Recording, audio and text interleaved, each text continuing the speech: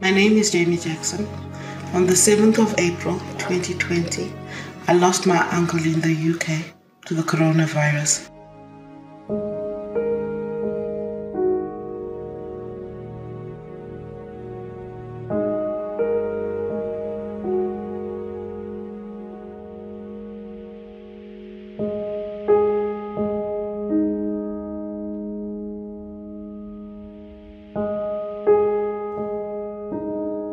Ciao, mi chiamo Pier Giacomo. Volevo dirti che ho perso mio fratello Elio il 18 marzo 2020 per quel maledetto coronavirus.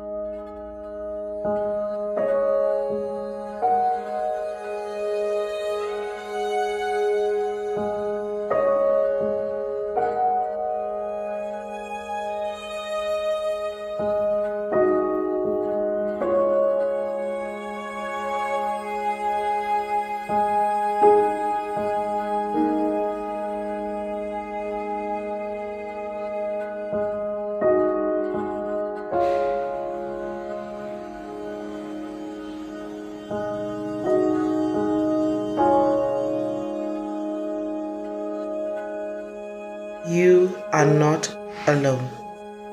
Non siamo soli.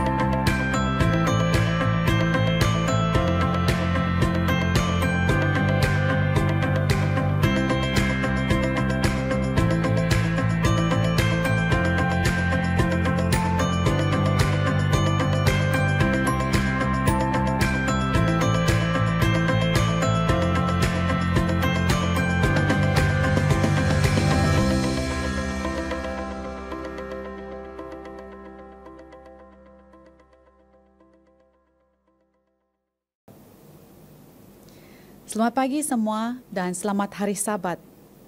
Pagi ini saya sangat gembira sebab dapat berbakti bersama-sama dengan semua. Untuk memuji nama Tuhan, kita akan bernyanyi sebentar nanti, tapi sebelum itu mari kita berdoa bersama.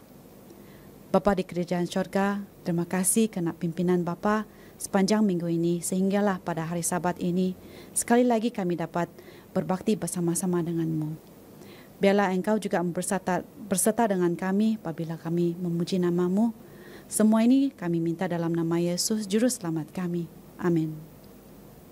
Untuk lagu pertama, kita akan nyanyi, Inilah Jam Ku Berdoa.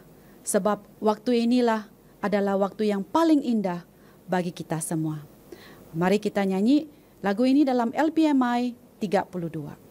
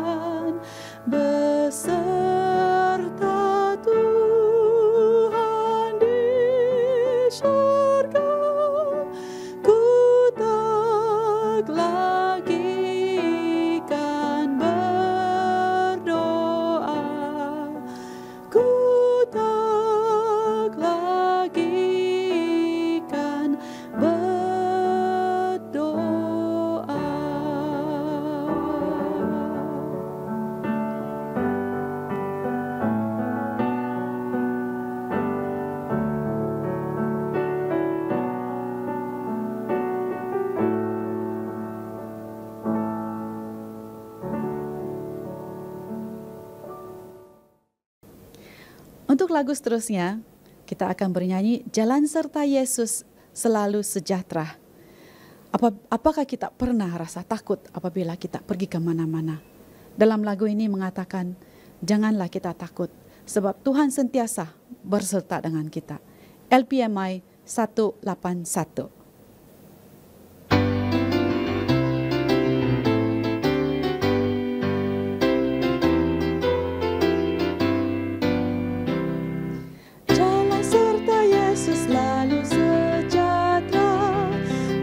saja aku dipimpinkannya.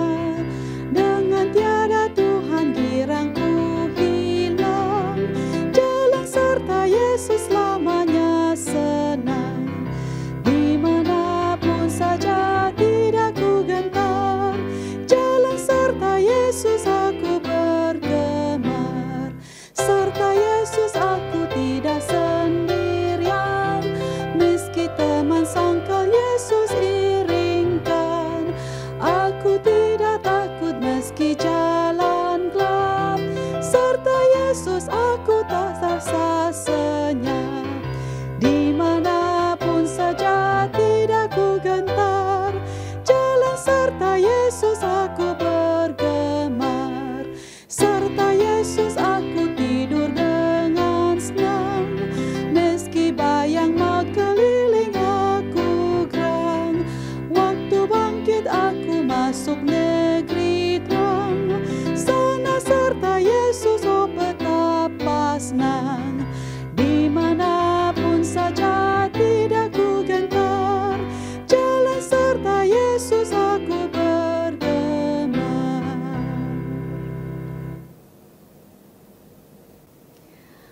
Lebih kenal akan Yesus. Ini adalah lagu seterusnya, LPMI 70. Mari kita nyanyi bersama.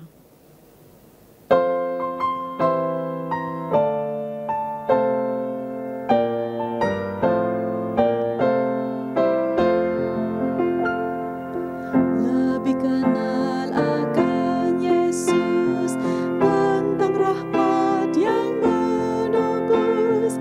Cintanya selamatkan aku, rela mati di Golgota. Lebih kenal Yesus, lebih kenal Yesus, tentang darahnya yang tumpah, tentang cinta dan korbannya.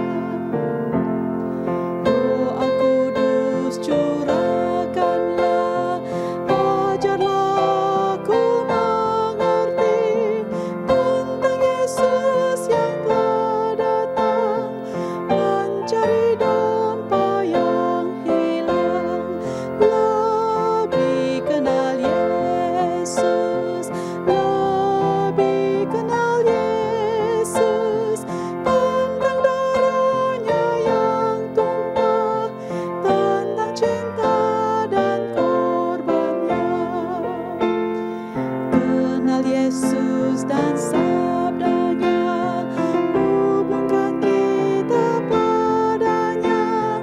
Baca dan dengar suaranya, jadikan kita setia. Lebih kenal Yesus, lebih kenal Yesus, tentang darahnya yang tumpah, tentang cinta dan korbannya. Kenal Yesus di taktanya, penuh kuasa mulia. Kita menjadi umatnya, hidup bersama di sorga. Lebih kenal Yesus, lebih kenal Yesus, tentang darahnya yang tumpah, tentang cinta dan korbannya.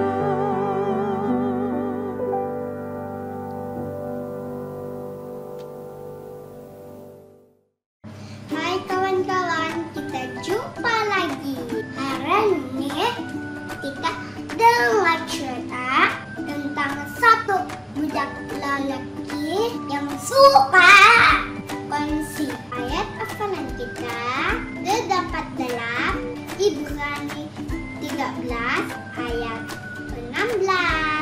Jangan lupa untuk suka berbagi dengan orang lain. Kawan-kawan mesti suka berbagi sama orang lain, oke? Berkongsi. Mari mainan pun berkongsi, makanan pun. Kalau orang terlupa makanan sama mainan, oke? Pensel pun berpinjam. Kalau terpatah tidak raut guna, tapi boleh share raut kan? Kawan-kawan, kamu pandai pergi jauh dari rumah, tapi nak bawa makanan. Cerita kita tentang semua orang, banyak orang pergi jauh rumah waktu makan, tapi Yesus sudah tunjukkan matahari berkilau-kilau di hari waktu ada satu boy jalan di atas dia ingat satu orang. Banyak orang-orang di kaki bukit berkumpul menjumpa Yesus. Boy itu hati-hati memasak yang tempat ramai orang. Dia mendengar Yesus cerita pasal kasih Allah. Dia lihat Yesus tadi sembuh orang. Wow, siap. Mau habis hari sudah. Dia tidak sedar budak kecil itu nak ingat pun mau makan. Dia punya mama ayah kasih bawa makanan 5 roti 2 ikan, tapi dia belum makan.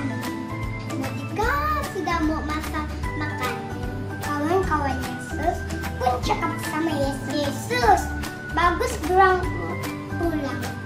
Melapar sudah tuh, hutang sudah. Boy itu tengok Yesus dan Yesus tidak mau orang balik lapar. Yesus pun tengok murid-murid dia. Dia cakap bagi mau dimakan. Wah, kawan-kawan, Yesus mau bagi orang makan. Tapi murid-murid dorang bingung, banyaknya makan. Murid Yesus si Andreas senyum dan tengok itu boy. Apa dalam bakul kamu? Boy bilang Andreas. Boy itu jawab, ada 5 kutul roti, tidak banyak, tapi oleh Yesus ambil jar. Boy itu dengar Yesus tanya murid-murid dia, berapa makanan yang kamu ada? Andreas geleng. Tidak Yesus, tapi ini boy ada bekalan. Dia mau share 5 kutul roti dan 2 ikan. Tapi Yesus tidak dapat kasih makan semua orang. Tidak cukup. Yesus senyum sama tuh boy. Dia pun cakap sama boy, thank you sebab mau berkongsi. Terima kasih. Yesus cakap sama murid-murid dia, semua orang duduk berdrama. Yesus pray untuk makanan yang sedikit. Apa situ? Yesus pergi kasih potong-potong itu roti sama ikan. Lepas tu dia suruh itu murid-murid bagi semua orang. Wow, banyak itu roti. Tambah banyak, tambah banyak sama ikan. Tambah banyak sama roti yang kena ambil dari bakul. Makin banyak orang yang makan roti dan ikan. Itu boy tidak percaya mata dia. Sejak 5,000 yang big, yang sudah besar, lelaki itu tidak termasuk perempuan dan kanak-kanak. Semua dapat makan. Lepas dorang habis makan, Yesus pun cakap, maka kita pergi kasih kumpul yang makanan yang tinggal. Itu boy tengok semua murid-murid angkat makanan. Itu murid-murid Yesus angkat 12 bakul. Semua ada makanan. Jadi itu bekal sedikit untuk satu boy makan. Tapi itu boy belum konsum. Dan Yesus sudah bagi semua orang makanan yang sedikit cukup untuk semua orang. Kenapa Yesus buat duit itu? Sebab Yesus sayang semua orang. Kawan-kawan, apa yang boleh bagi sama orang hari ini? Mari kita suka berkonsep sama macam Yesus. Oke kawan-kawan, itu je pelajaran kita hari ini. Kita boleh. Nama saya Annabel. Mama saya Bebe. Jumpa lagi kawan-kawan. Bye-bye kawan-kawan. Selamat pagi dan selamat sahabat, saudara dan saudari, di mana saja kamu berada. Selamat datang sekali lagi kepada satu sahabat yang begitu indah. Dan bersama dengan saya pada pagi ini, kita akan belajar tentang firman Tuhan.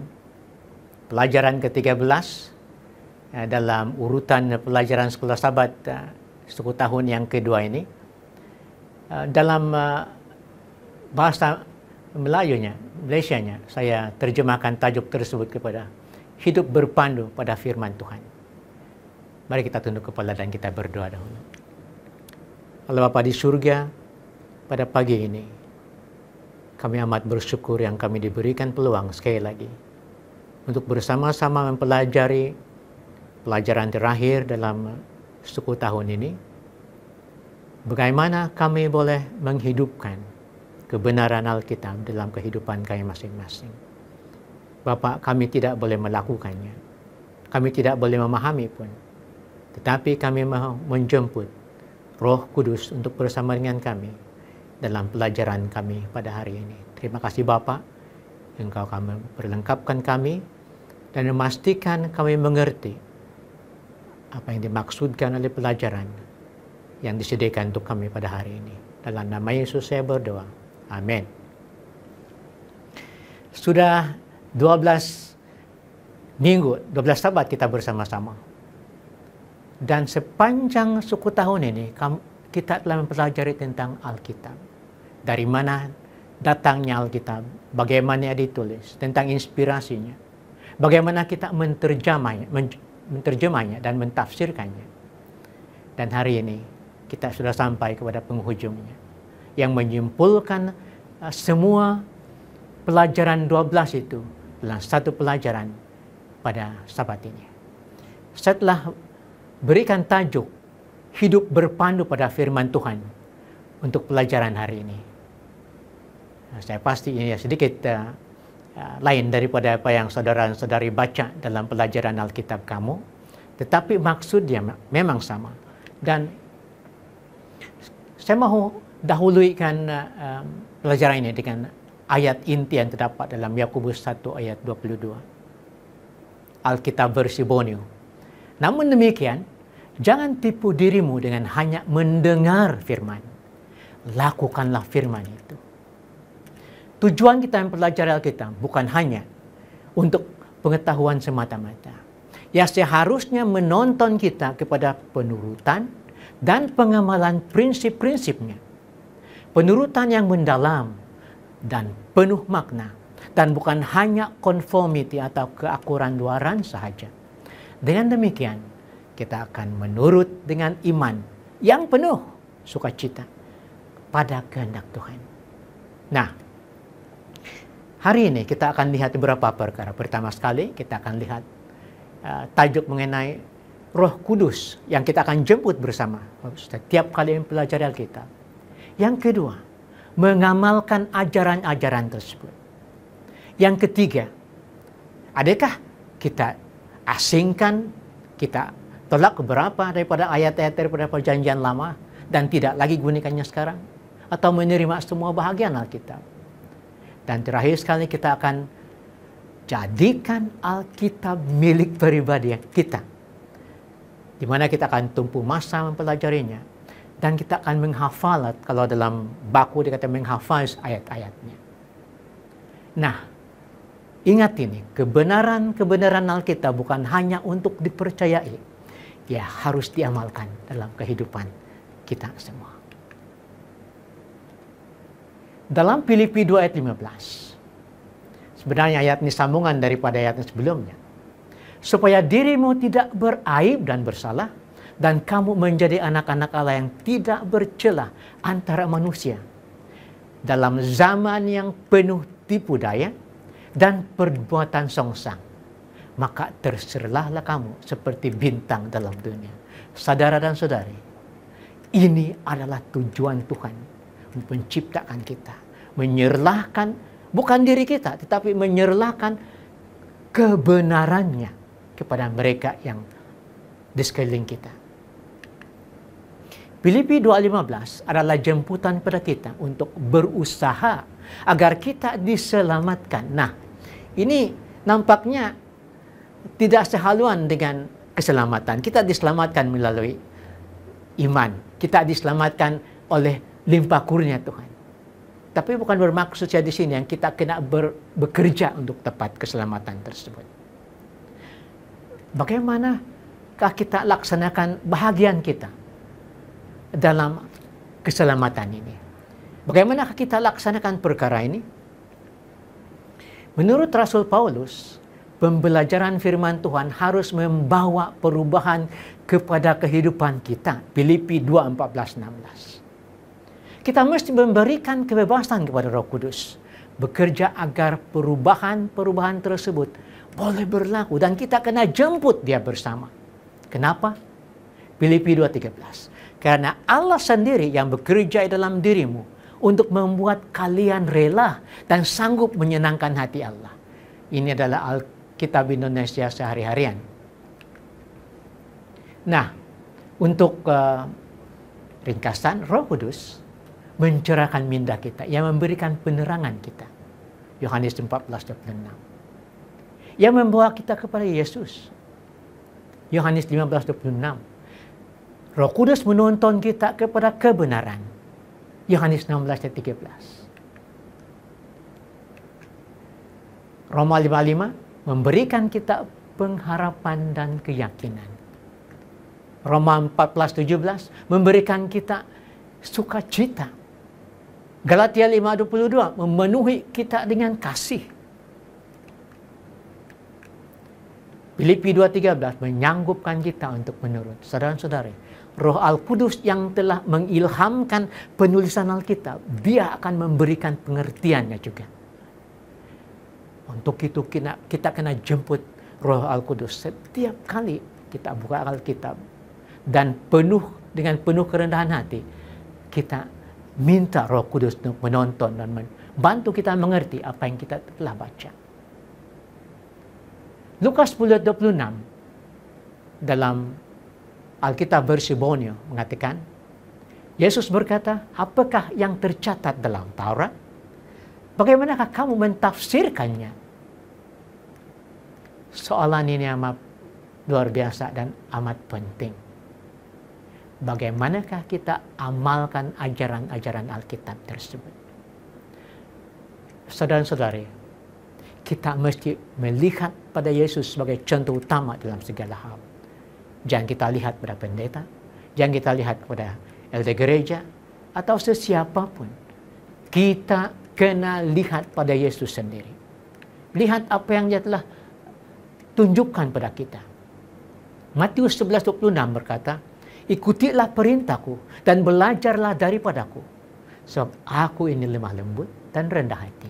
Maka kamu akan merasa segar. Yesus mempelajari Alkitab. Di situ dia boleh menjawab dan dia boleh menjelaskan soalan-soalan yang diajukan kepada setiap hari. Yesus meyakini Alkitab. Dia mengutip Alkitab Perjanjian Lama banyak kali dalam percakapannya dan perbualannya. Dia mengamalkannya dengan wajar dalam semua aspek kehidupannya. Yesus menggunakan ayat-ayat Alkitab sewaktu menghadapi ujian. Kita harus juga gunakannya.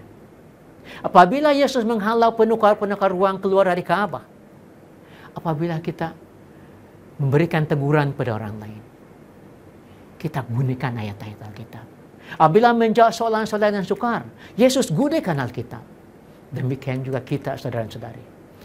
Yesus boleh mentafsirkan peristiwa-peristiwa zamannya sebagai kegenapan Alkitab. Kenapa? Oleh sebab Yesus mempelajari Alkitab. Dan untuk itu, kita harus juga menggunakan Alkitab sewaktu membuat keputusan. Sebagai pedoman perlakuan kita, tingkah laku kita. Sewaktu membuat pentafsiran peristiwa-peristiwa di dunia ini, sewaktu bersaksi tentang Kristus pada orang lain, kita harus gunakan Alkitab. Dan ini amat penting sekali. Dalam Matius 5:39, 38 dan 39, kamu telah mendengar ajaran begini. Mata diganti mata, gigi diganti gigi. Alkitab Bersih Borneo ini katakan. Perhati apa yang dicondongkan di situ. Tetapi aku berkata kepadamu, janganlah membalas dendam terhadap orang yang membuat jahat kepadamu. Malah jika seorang menampar pipi kananmu, palingkan pipi kirimu juga terhadapnya. Nah, ada orang-orang yang mengatakan bahwa Yesus menolak beberapa bahagian perjanjian lama dan menggantikannya dengan hukum-hukum yang baru. Perhati apa yang saya condongkan di sebelah kiri tadi. Tetapi aku berkata kepadamu. Adakah ini benar? Tidak. Yesus tidak pernah berbuat demikian. Malahan, Yesus memberikan ajaran-ajaran tersebut maksud yang lebih luas. Perhati Matius 5:17. Janganlah menganggap bahwa aku datang untuk menghapuskan hukum Musa dan ajaran nabi-nabi. Aku datang bukan untuk menghapuskannya, tetapi untuk menunjukkan arti yang sesungguhnya. Ingat ini. Bila Yesus gunakan tetapi aku katakan kepadamu, itu bukan ajaran baru. Yesus cuma memperluaskan, menjelaskan apa yang dikatakan dalam perjanjian lama. Tidak ada seorang pun yang ada kuasa menentukan di mana bahagian Alkitab yang diilhamkan ataupun tidak. Yang mana berguna atau tidak. Oleh kerana seluruh kitab suci diilhamkan oleh Allah. Dan berguna untuk mengajar, menegur, membetulkan, dan mendidik ke arah kebenaran. Luar biasa Alkitab ini, saudara-saudari. Dan oleh sebab itu kita kena jadikan Alkitab milik pribadi kita. Mazmur 46 ayat 10. Diamlah dan ketahuilah aku Allah. Aku akan dimuliakan dalam kalangan bangsa-bangsa. Aku akan dimuliakan di bumi ini. Bagaimana kita tahu itu? Bagaimana kita boleh mengenali seseorang dengan lebih rapat lagi? Ingat masa kamu pacaran lagi dulu, bagi kamu yang sudah berkeluarga, bagi kamu yang sedang mencari pasangan hidup, bagaimana kamu untuk mengenali seseorang itu lebih rapat lagi? Dengan menumpukan lebih banyak waktu bersama dengan orang tersebut, kan? Kita baca WhatsApp message-nya, kita baca apa yang dia kirim pada kita. Malahan adalah lebih elok kalau kita boleh berjumpa, bersemuka, dan bercerita, dan berbual. Itu akan mengeratkan hubungan. Dan dengan yang demikian kita boleh mengenali orang tersebut dengan lebih rapat lagi. Bagaimanakah kita boleh mengenali Yesus dengan lebih baik? Sama. Gunakan lebih banyak masa bersama dengan Dia. Melalui doa, mempelajari firman-Nya secara serius dan sistematik. Kita tidak akan menemui kebenaran-kebenaran dalam Alkitab dengan hanya membacanya dengan cepat. Ada di antara kita berusaha untuk menyelesaikan daripada Kejadian sampai ke Wahyu dengan cepat. Dan apa yang kita ingat selepas itu? Apabila kita benar-benar mau mengenali Yesus, kita harus membaca Alkitab dengan teliti. Bukan saja baca dengan teliti, tetapi mempelajarinya lebih dalam lagi. Membaca buku-buku rujukan lain tentang ayat tersebut. Supaya kita boleh mengerti apa yang dimaksudkan. Memikirkan apa yang kita baca secara mendalam. Satu daripada cara yang terbaik bagi saya untuk menyematkan suatu pelajaran Alkitab di dalam hati saya adalah membaca ayat tersebut atau petikan tersebut dan kemudian menulisnya, dikenal sebagai journal. Menulis apa yang kita baca, memberikan respons kita kepada apa yang kita baca dalam bentuk tulisan. Saudara-saudari, baik kamu yang belum mengamalkan ini, coba kamu akan dapati yang cara mempelajari sedemikian boleh memberikan kamu satu cara yang lebih banyak memberikan jelasan. Yang ketiga, kita jemput Roh Al-Kudus untuk memberikan pencerahan. Dan itu seharusnya kita buat setiap waktu. Sebelum kita mulai baca Alkitab, kita mohon supaya Roh Kudus akan membaca apa yang kita baca itu bersama supaya kita boleh mengerti. Jadwalkan waktu untuk mempelajari Alkitab dan berdoa dalam rancangan harian Anda. Saya tahu hari ini, baik, kita sudah mulai kerja. Masa untuk Alkitab memang tidak ada. Memang tidak ada kecuali kita jadwalkannya. Kalau kita ada masa untuk membaca WhatsApp message kita, kalau kita ada masa untuk menonton video-video klip, kalau kita ada masa untuk membaca surat kabar, kalau kita ada masa untuk perkara-perkara lain, kenapa kita tidak ada masa untuk Bible? Mari kita jadwalkan waktu itu. Yesus gunakan awal pagi. Ellen White rekomen awal pagi. Tetapi kalau Anda betul-betul tidak ada waktu pada waktu paginya, dapatkan waktu hari tersebut. Dengan berbuat demikian, pikiran Anda akan dihubungkan kepada Tuhan. Sumber kehidupan dan kehidupan Anda akan berubah dari hari ke hari. Seperti Yesus. Dalam Mazmur 119 ayat 11, Daud beritahu kita ini. Firman-Mu telah kusimpan baik-baik dalam hatiku supaya aku tidak berdosa terhadap-Mu. Nah, kata kunci di situ adalah simpan. Simpan. Simpan di mana? Di dalam hatiku. Macam mana? Baik-baik. Maksudnya benar-benar disimpan. Dihafal. Dihafaz. Dalam bahasa Malaysia katakan hafaz. Kadang-kadang kita tidak mengerti itu. Menghafal. Kenapa penting sangat untuk menghafal petikan-petikan Alkitab? Oleh sebab dia boleh digunakan dalam pelbagai keadaan. Ia boleh membantu kita buat keputusan. Tanpa kita kembali pada Alkitab, mencari apa kata Alkitab tentang masalah ini, kita sudah menghafalnya. Dan ia akan mempengaruhi cara kita berpikir dan tingkah laku kita. Sememangnya bila kita adalah Kristen, seorang Kristen, semua tindak tanduk kita dipengaruhi oleh Bible. Apa yang kita baca di situ. Problem dia nampaknya masih begitu ramai di antara kita yang mempunyai kecacatan, kelemahan dalam tingkah laku kita. Adakah ini kelemahan Alkitab? Saya rasa bukan. Ini adalah kelemahan kita. Saya tadi ingat tentang cerita dua kawan yang membesar bersama-sama. Seorang menjadi seorang pendeta dan seorang menjadi seorang usahawan yang berjaya. Dan kebetulan dia bisnisnya dalam menyediakan sabun. Dia punya kilang-kilang sabun di merata tempat.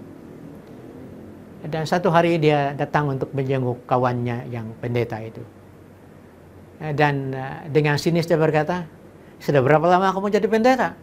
Dan tahun itu diberikan.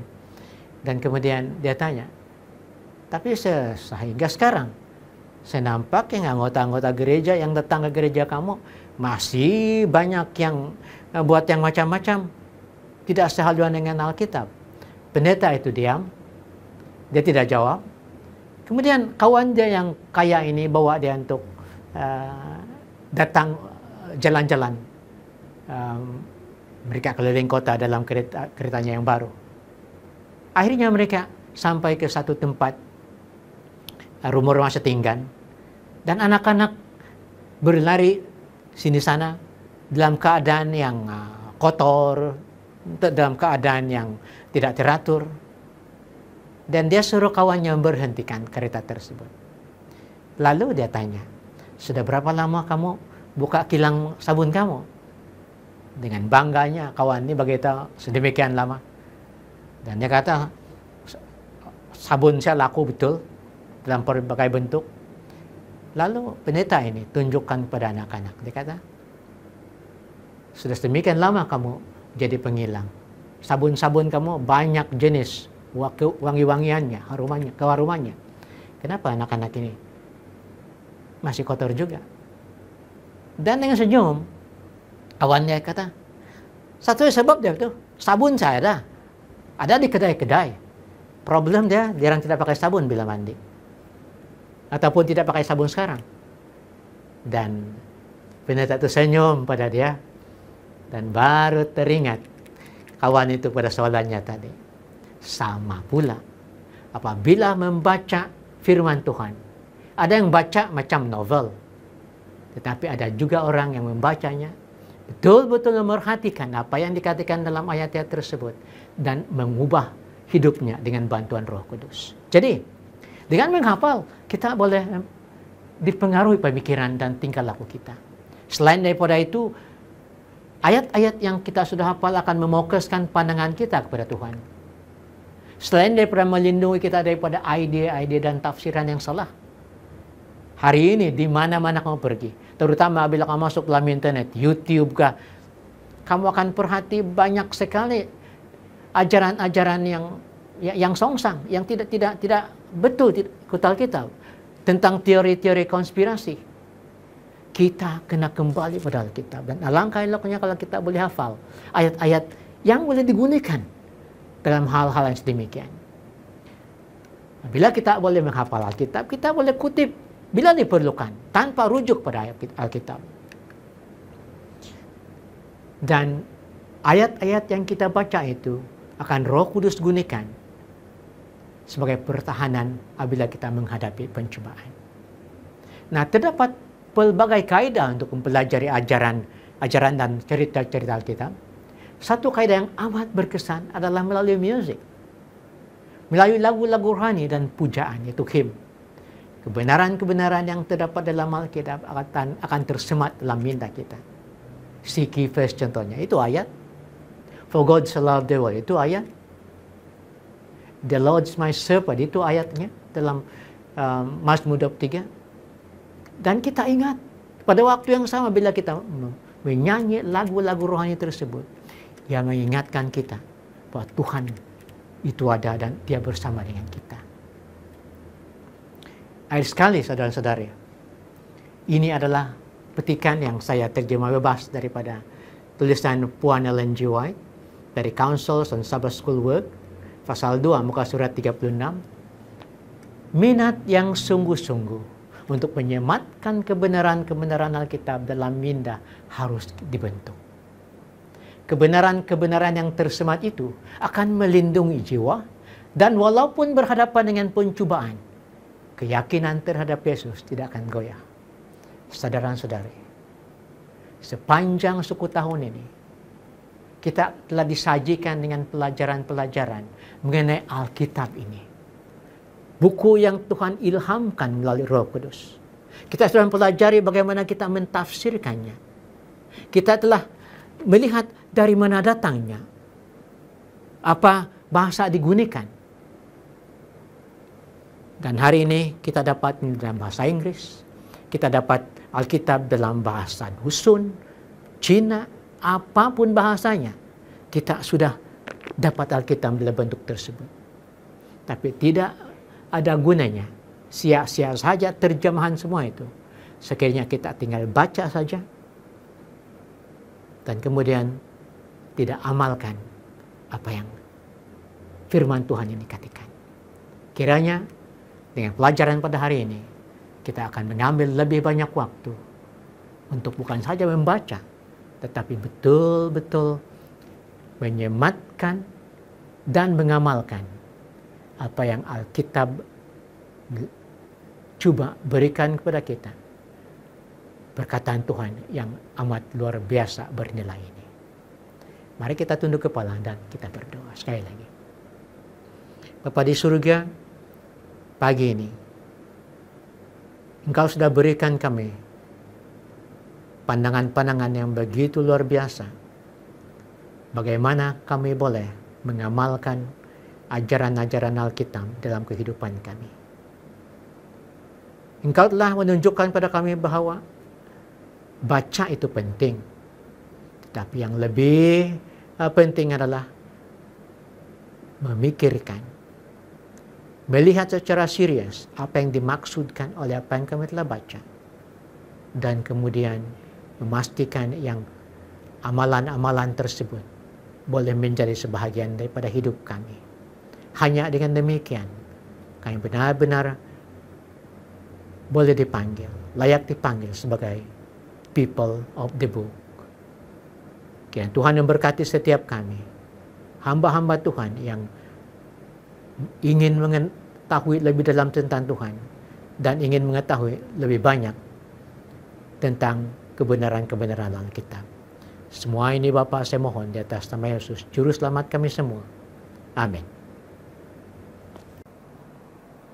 Selamat pagi dan selamat hari Sabat kepada saudara dan saudariku dalam Kristus. Sebelum ketua rumah melayani untuk mengumpulkan persembahan kita pada Sabat ini, saya akan menyampaikan bacaan persembahan dan persepuluhan kita. Belajar melalui pengalaman. Demikianlah tajuk bacaan kita pada kali ini. Umat Tuhan yang kami kasihi. Bagaimanakah kita membantu kanak-kanak atau belia untuk membentuk pengurusan sumber-sumber mereka dengan bijak dan mengundang Tuhan untuk campur tangan dalam hidup keuangan sementara mereka masih muda?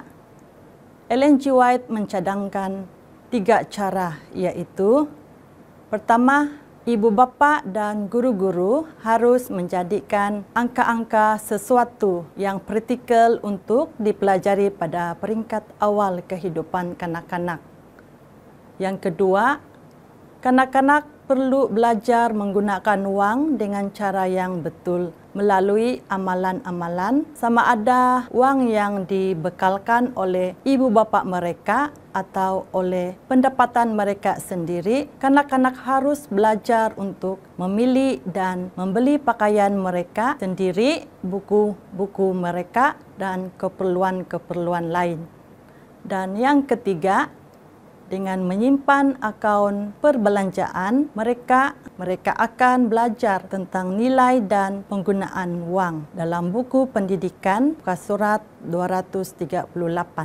Amalan ini jika diajarkan dengan betul, kata utusan Tuhan, akan mendorong tabiat bermurah hati dan akan menolong anak muda belajar untuk memberi. Bukan kerana gerakan hati apabila hati mereka tersentuh pada saat itu, tetapi secara tetap dan secara sistematik dalam buku pendidikan muka surat 238. Sebagaimana Tuhan memberi kepada mereka. Sebenarnya, pengembalian persepuluhan dan pemberian janji merupakan satu amalan penting yang menghubungkan anak-anak dan orang muda kepada Tuhan setiap kali mereka menerima sesuatu darinya. Sudah pasti Tuhan akan mereka ingat sebagai sumber kepada setiap berkat. Adakah anak-anak anda sedang belajar mengendalikan keuangan mereka dalam cara yang praktikal? Adakah mereka dibimbing menyimpan kira-kira untuk perbelanjaan mereka? Adakah mereka sedang belajar menjalani kehidupan dalam kesederhanaan supaya mereka dapat menyimpan uang dan selanjutnya memberi kepada yang kekurangan? Adakah mereka dididik untuk mendahulukan Tuhan dengan mengembalikan persepuluhan dan persembahan janji mereka sebelum mengatur perbelanjaan yang lain? Adakah mereka mempunyai sampul persepuluhan mereka sendiri dan didorong untuk menggunakannya setiap kali mereka ada pendapatan? Anak-anak merupakan hadiah pemberian Tuhan yang dipinjamkan kepada para ibu bapa dengan penuh kepercayaan. Tuhan menghendaki ibu bapa untuk mengajar anak-anak bagaimana percaya kepada Dia dan berhubung dengan Dia, termasuklah dalam keuangan mereka.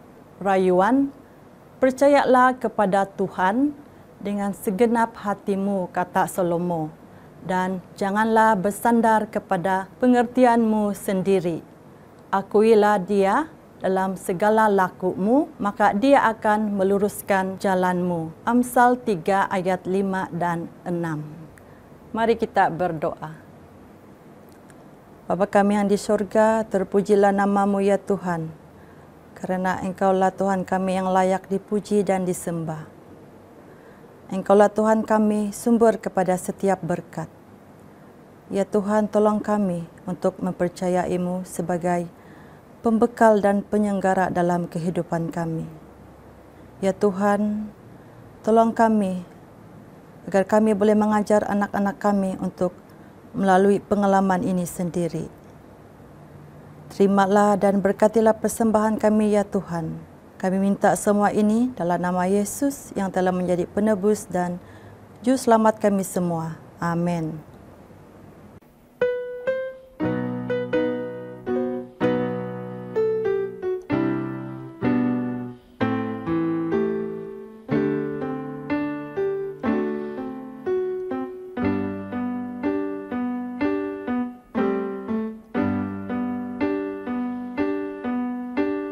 Tiada pernah ku ragukan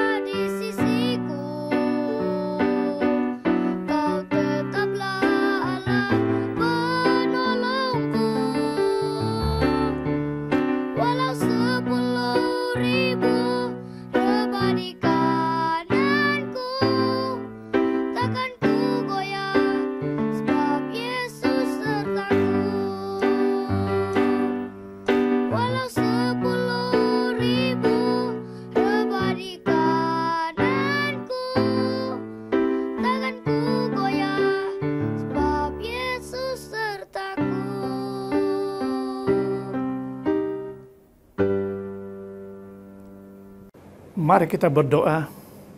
Tuhan, Bapa kami yang bertakhta dalam kerajaan sorga, kami mengucap syukur karena Engkau adalah Tuhan Allah pengasih. Engkau adalah Maha Kasih, Maha mengetahui, Maha hadir. Dan pada saat ini kami percaya Tuhan hadir di dalam hati kami, pikiran kami masing-masing. Berkati setiap pendengar, bagilah kami pengertian dan kelemah lembutan hati, supaya kami dapat menerima apapun teguran yang datang daripada Tuhan, ataupun nasihat, dorongan daripada Tuhan. Terima kasih hari Sabat yang begini indah bagi setiap satu kami. Walaupun kami masih berbakti di dalam rumah masing-masing. Terima kasih Roh Kudus bekerja. Dalam nama Yesus saya berdoa. Amin. Selamat hari Sabat dan selamat kita bertemu dimanapun kamu berada. Saya senang untuk mengongsikan satu message, agak unik message ini. Pada hari ini ataupun sudah berapa lama kita senantiasa mendengar perkataan the new normal ataupun norma baru ataupun kebiasaan baru. Kita sering mendengar perkataan SOP. Dimanapun sebelum itu saya ingin membaca beberapa ayat di dalam Efesus 4 ayat 22 dan 24. Berbunyi, oleh sebab itu, buanglah cara hidup yang lama, yang menyebabkan kamu berkelakuan seperti dahulu.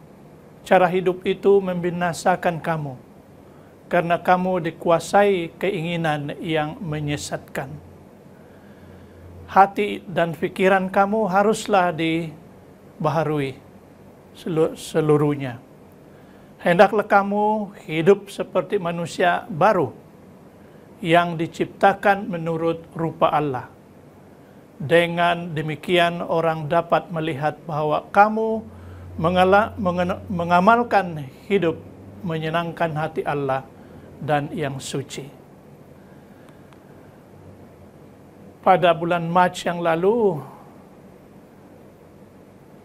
18 hari bulan Mac, itu berlakunya 14 hari fasa pertama, yaitu pemantauan.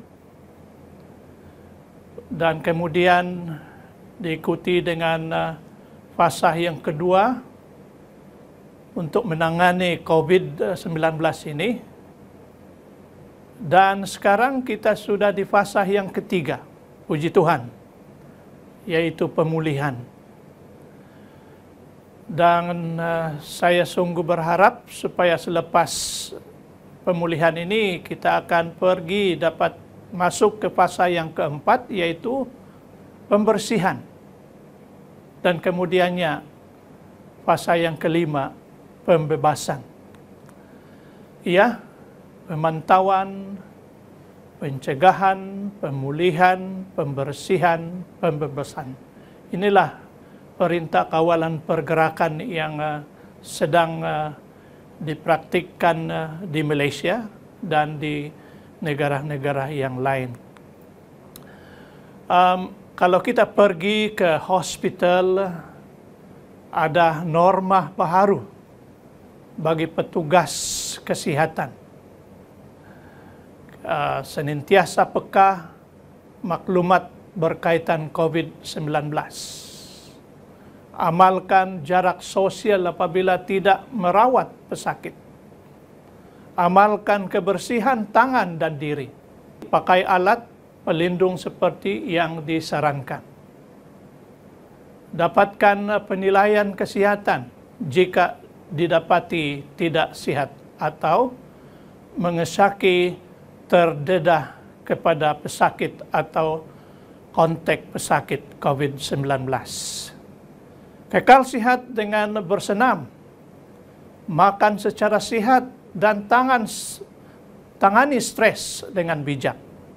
Inilah norma baharu di kalangan mereka yang bertugas di hospital. Kemudian ada juga amalan-amalan seperti kerap membasuh tangan, perjarakan sosial, guna pelitup muka yang sama juga ini. Kemudian ada elakkan 3S, yaitu sesak, elakkan tempat yang sempit, dan elakkan sembang dekat. Tempat yang sesak, kita coba jangan berada di tempat tersebut. Ataupun tempat sempit dan tertutup, ataupun bersembang dekat-dekat. Ini adalah amalan-amalan dan merupakan norma baharu. Di tempat yang lain saya melihat seperti ini. Norma baharu mungkin selama 2 tahun ini. Gunakan pelitup paruh muka. Perjarakan sosial sekurang-kurangnya 1 meter. Ataupun kerap basuh tangan dengan sabun dan air atau sanitasi tangan ataupun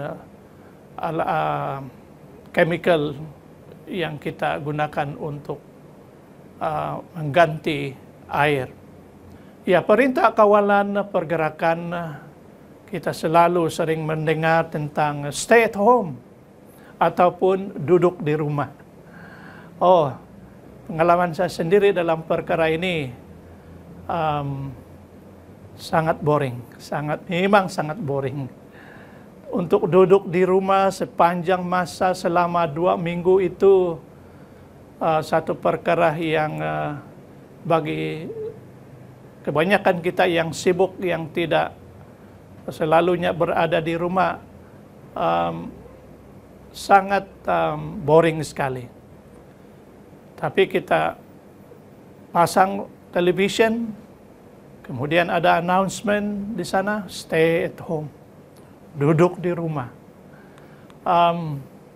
Saya selama 2 minggu memerhatikan respons orang-orang atau rakyat. Pada hari pertama saya membaca dalam surat kabar, hanya 60% saja penduduk mematuhi. Yang 40% ingkar. Antara sebab mengingkari, saya rasa itu nomor 1, tidak peduli, keras kepala. Ada pula yang mengatakan, apa peduli, kalau kenalah. Ada orang yang bercakap seperti itu. Ada juga yang mengatakan, saya mendengar ini atau melihat ini di television, matilah dia kata. Tapi ada juga separuh orang yang mengatakan, saya percaya Tuhan melindungi. Saya rasa di mission Sabah ini, puji Tuhan, kita oleh karena kita coba mematuhi peraturan tersebut, Tuhan melindungi kita. Ya, just stay at home. Ini perintah kawalan pergerakan COVID-19. Oleh karena 40% rakyat di Malaysia ini masih mengingkari pada waktu itu, maka dilanjutkan lagi perintah kawalan fasa pertama itu sehingga 14 April. Ya, berulang-ulang melalui surat kabar, melalui jenis media massa, televisyen dan sebagainya, mereka mengingatkan kita norma norma baru. Ya. Dalam Matius 24 ayat 6 dan ayat 7, Alkitab meramalkan bahwa pada akhir zaman Anda akan mendengar tentang peperangan. Lihatlah bahwa kamu tidak terganggu, karena semua perkara ini mesti berlaku. Tetapi waktu akhir belum lagi, sebab bangsa akan bangkit. Ya, dan banyak yang akan berlaku. Tentunya ramalan ini atau nubuatan ini telah digenapi pada zaman kita, zaman sekarang. Berjuta-juta orang di seluruh dunia dilanda perang. Askar mati di puncak kehidupan mereka, pelarian meninggalkan rumah mereka dan terdedah kepada penyakit. Sekolah ditutup atau musnah, menjadikan kanak-kanak tidak dapat pendidikan. Saudara-saudari, kita sedang berperang sekarang. Setiap kita ada bahagian di dalam peperangan ini. Memerangi supaya coronavirus ataupun COVID-19 ini akan dihapuskan. Amsal 22 ayat 3 mengatakan, kalau orang bijak melihat malapetaka, bersembunyilah ia. Tetapi orang yang tak berpengalaman berjalan terus, lalu kena celaka. Iya, orang bijak sembunyi pada waktu melihat malapetaka. Tetapi orang yang tak berpengalaman berjalan terus, lalu celaka. Kemudian dalam Mazmur 91 ayat 5 dan ayat 6 di sana mengatakan, engkau tak usah takut terhadap kedahsyatan malam, terhadap panah yang terbang di waktu siang, terhadap penyakit sampar yang berjalan di dalam gelap, terhadap penyakit menular yang mengamuk di waktu petang. Saya lebih memilih sikap bijak dengan malapetaka yang jelas ada di depan mata kita. Lebih baik sembunyi supaya aman. Saya pilih menaati ataupun menaati anjuran pemerintah, para tenaga perubatan, dan belajar dari apa yang terjadi di dunia ini.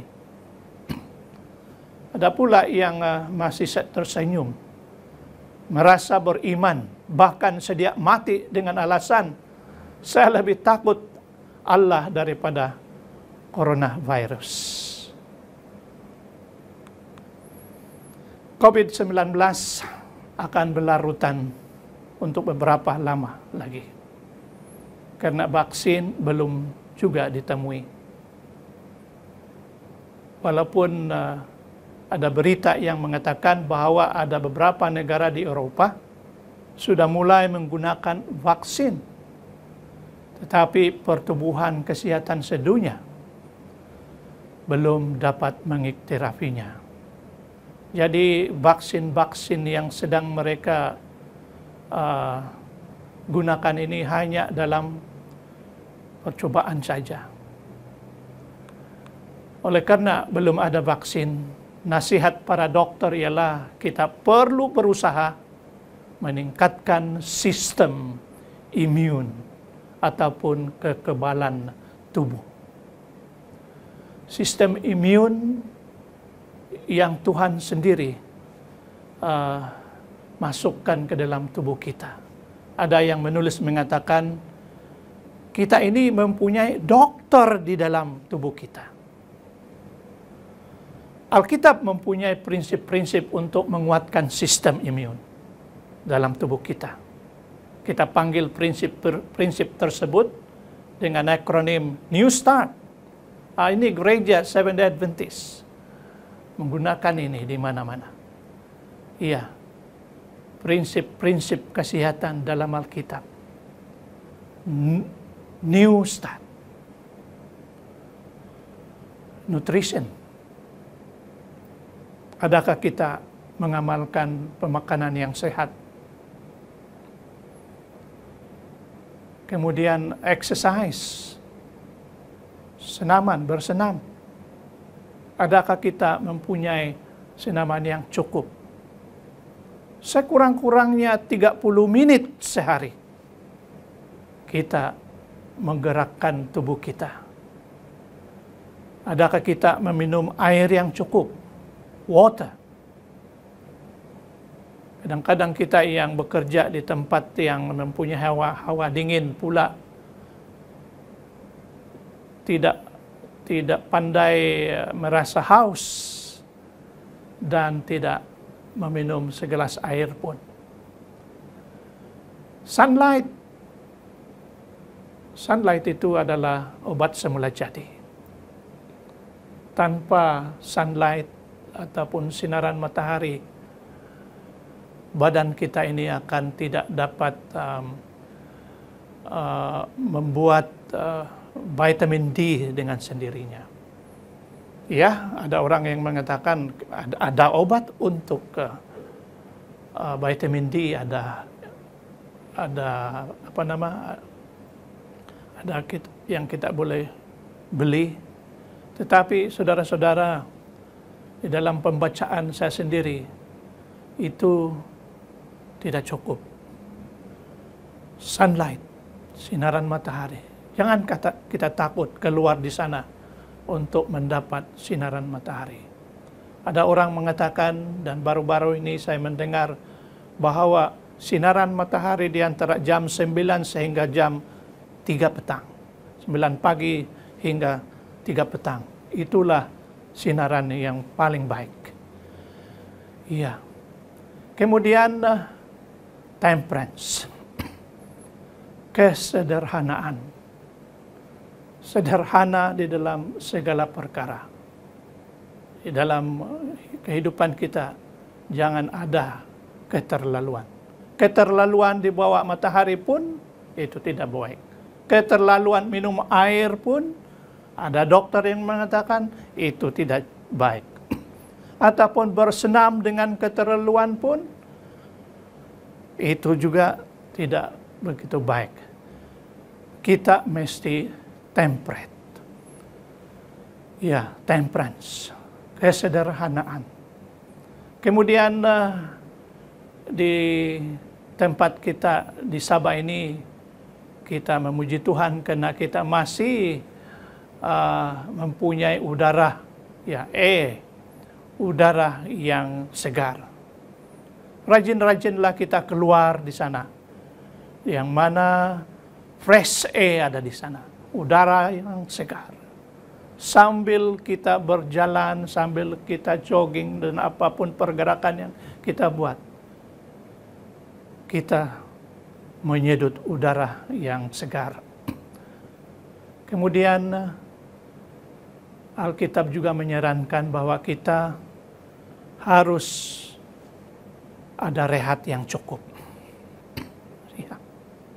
Sekurang-kurangnya 6 hingga 8 jam. Kebanyakan para penasihat kesehatan mengatakan sekurang-kurangnya. Kalau lebih baik 8 jam. Tapi bagaimana dengan mereka yang tidur pada jam 12, kemudian jam 3 sudah bangun? Ataupun tidur jam 1 dan awal bangun. Kita memerlukan rehat yang secukupnya, saudara, untuk membolehkan tubuh kita mendapat sistem imun yang lebih kuat. Kemudian di dalam akronim New Start itu perkataan T membawa kita untuk trust in God, berharap pada Tuhan. Ini adalah amalan yang sepatutnya kita amalkan. Dan biarlah ini merupakan norma baharu yang berterusan. Walaupun ini bukan baharu sebenarnya. Tetapi kalau Alkitab mengatakan sesuatu, itu adalah kebiasaan yang kita terus lakukan. Iya, Ted Wilson. Saya mendengar dia berkata seperti ini. Ted Wilson yaitu Presiden General Conference. Dia menyaran. Dia kata, kita sebagai Seventh-day Adventist, dia kata, kita harus merupakan anchors of stability. Dia kata, be pillars of hope. Iya, anchors of stability. Kestabilan dan tonggak pengharapan. Kemudian dia mengatakan, my brethren, be encouraged, dia kata. Stay calm, dia kata. Don't panic. Duduk tenang. Jangan panik. Ya. Kemudian Alkitab memberi nasihat. Mazmur 56 ayat 1, ayat 12. Dan juga Mazmur 57 ayat 2. Di sana mengatakan, waktu aku takut, aku ini percaya kepadamu. Kepada Allah di sorga, aku percaya. Aku tidak takut. Kasihanilah aku ya Tuhan, ya Allah. Kasihanilah aku sebab kepada-Mu lah jiwaku berlindung. Dalam naungan sayap-Mu, aku akan berlindung sampai berlalu COVID-19 ini. Satu kata-kata yang mendorong, kata-kata yang membawa kita kepada pengharapan, kata-kata yang mendorong minda kita untuk melakukan sesuatu. Ya, Mazmur 56 ayat 3 dan ayat 11 tadi, waktu aku takut, aku ini percaya kepadamu. COVID-19 ini membawa banyak positif kepada kehidupan kita.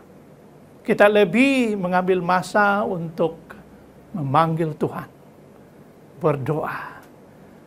Dan kita sudah di hari yang ke-80 berapa? Berdoa 100 hari. Dan ada fokus doa kita. Saya percaya Tuhan mendengar doa kita itu. Dan kita teruskan. Ya, kepada Allah aku percaya. Aku tidak takut. Apakah yang dapat dilakukan manusia terhadap aku? Ya, be merciful to me, oh God. Be merciful to me. For my soul trusts in you. And in the shadow of your wings, I will make my refuge until these calamities have passed by. Janji Tuhan hanya menjadi nyata apabila kita melakukan tanggung jawab kita. Kita harus mengamalkan norma baru. Kita kena ikut Standard Operating Procedures. Ya, SOP. Ya, Tuhan kita berkuasa dalam memberi kita pengawalan. Biarlah kita terdorong di dalam janji Tuhan ini. Rasakan kehadirannya dalam semua yang sedang berlaku pada masa ini. Tuhan akan melihat kita melalui masa-masa sulit ini. Jangan takut apa yang akan berlaku. Sebab Tuhan akan berdiri di sisi kita. Dia meminta kita untuk berdiri tinggi. Dia meminta kita untuk merapatkan diri kepadanya dalam doa dan dalam mempelajari firman-Nya. Biarlah kita menurut ataupun mengamalkan norma baharu. Norma daripada Tuhan senantiasa baru. Sekarang ini banyak orang merasa tidak aman dan tidak pasti karena COVID-19 ini. Walaupun krisis ini boleh dikategorikan sebagai isu kesehatan utama, semakin ramai orang cenderung untuk mempercayai ini boleh menjadi fenomena rohani juga. Tetapi pastinya bagi orang Kristen ada harapan dalam setiap krisis. Kita mendapat banyak daya tahan apabila kita mempunyai harapan bukan hanya untuk akhir krisis tetapi semasa krisis ini sendiri. Di dalam 2 Korintus 4 ayat 8 dan ayat 9, Paulus menggambarkan pengalaman yang selari dengan kita, di mana dia berkata, kami ditekan di setiap sisi oleh masalah, tetapi kita tidak hancur, kita bingung, tetapi kita tidak berputus asa, kita diburu, tetapi tidak pernah ditinggalkan oleh Allah. Kita akan tersingkir, tetapi kita tidak dimusnahkan. Ya, pelindungan ilahi yang sama akan menjadi kekuatan kita sepanjang masa. Marilah kita terus bekerja sama dengan pihak berkuasa, baik pihak berkuasa di peringkat persekutuan ataupun pihak berkuasa tempatan. Dan krisis ini akan berakhir. Marilah kita berpegang teguh kepada janji bahwa Kristus adalah perisai dan keselamatan kita terhadap wabah itu. Kita mungkin tertekan dengan akibatnya COVID-19, tetapi kita boleh mempunyai harapan melalui satu lagi jenis COVID, yang bermaksud Christ our victory in distress. Kristus adalah kemenangan kita dalam kesulitan. Ya, kita kena isikan pemikiran kita dengan firman Tuhan. Ya, melalui pemikiran, bila diisi dengan firman Tuhan, itu memimpin kita untuk membuat tindakan. Dan tindakan itu memimpin kita untuk membentuk tabiat. Dan tabiat itu memimpin kita untuk mengikuti gaya hidup yang lebih sehat. Dan gaya hidup itu memimpin kita kepada sifat ataupun kepribadian. Saudara-saudari, yang dapat kita bawa bersama ke sorga nanti hanyalah karakter, sifat atau kepribadian. Ya, pembudayaan amalan normal baru atau the new normal, penjarakan sosial kurang-kurangnya 3 meter, elakkan bersalaman. Wah, ini norma baru, tidak payah bersalaman. Hanya tunduk kepala. Ya, amalkan kebersihan. Basuh tangan dengan lebih kerap dengan menggunakan sabun. Sekurang-kurangnya 20 second di bawah air yang mengalir. Ya, praktikkan New Start. Praktikkan New Start. Trust in God for His power. Berharap atau bersandar pada kuasa Tuhan untuk membantu kita. Untuk mempraktikkan norma baru. Ya, Amsal, dalam buku Amsal mengatakan, percayalah kepada Tuhan dengan segenap hatimu, dan janganlah bersandar kepada pengertianmu sendiri. Akuilah Dia dalam segala lakumu, maka Ia akan meluruskan jalanmu. Janganlah engkau menganggap dirimu sendiri bijak. Takutlah akan Tuhan dan jauhilah kejahatan. Terima kasih, Tuhan memberkati. Amin. Kita berdoa.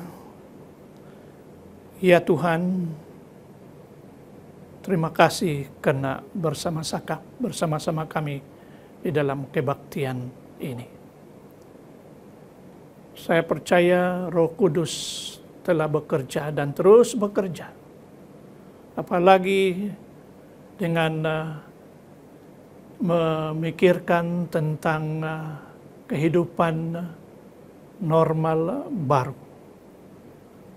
Yang pasti, apapun nasihat yang datang daripada Tuhan melalui ayat-ayat yang saya bawa tadi, itu merupakan norma baharu yang tidak pernah pudar. Norma baharu yang berterusan, yang kekal. Sehingga kami akan mendapat berkat kesehatan, baik kesehatan rohani, fisikal, sosial, dan mental. Terima kasih Tuhan sudah mendengar doa ini dan sudah memberkati setiap satu pendengar. Karena saya mohon semua ini dalam nama Yesus Juru Selamat kami. Amin.